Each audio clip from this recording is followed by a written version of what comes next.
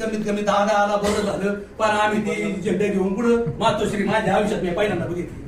ते झेंडे पडून गेलो, ती दांड गेलो आम्ही मातोश्री गाठवली.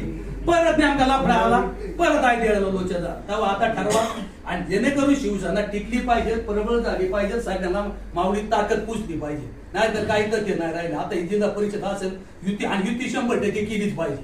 हे मी स्पष्ट बोलणार आहे. आता हे काय झालं, आपल्याकडे 2 लफडे, तिकडे 2 लफडे, ही एकाच नाही. पण ती स्वाभिमानात झाली पाहिजे. तर नसल आपली जुपा जे होईल ते होईल, काय त्याला घ्यायचं काम नाही. आपल्या राज्याकडे 4 उमेदवार असलं तरी लढायचं, बस म्हणतो काय येऊ फक्त एक. आणि आता एक विचाराने आणा, एक विचाराने केली तर तुम्ही किती फुटीचा बैल आला त्याला किंमत नाही.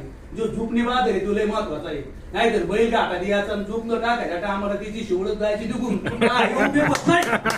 आणि मागे आमदारकीला तेच म्हणत होतो, डोक्याने झुपीन त्याची 100% होणार आहे. आता आपल्याला तसं शिवसैनिक महिला थोडे नाही, सगळे ताकदीचे.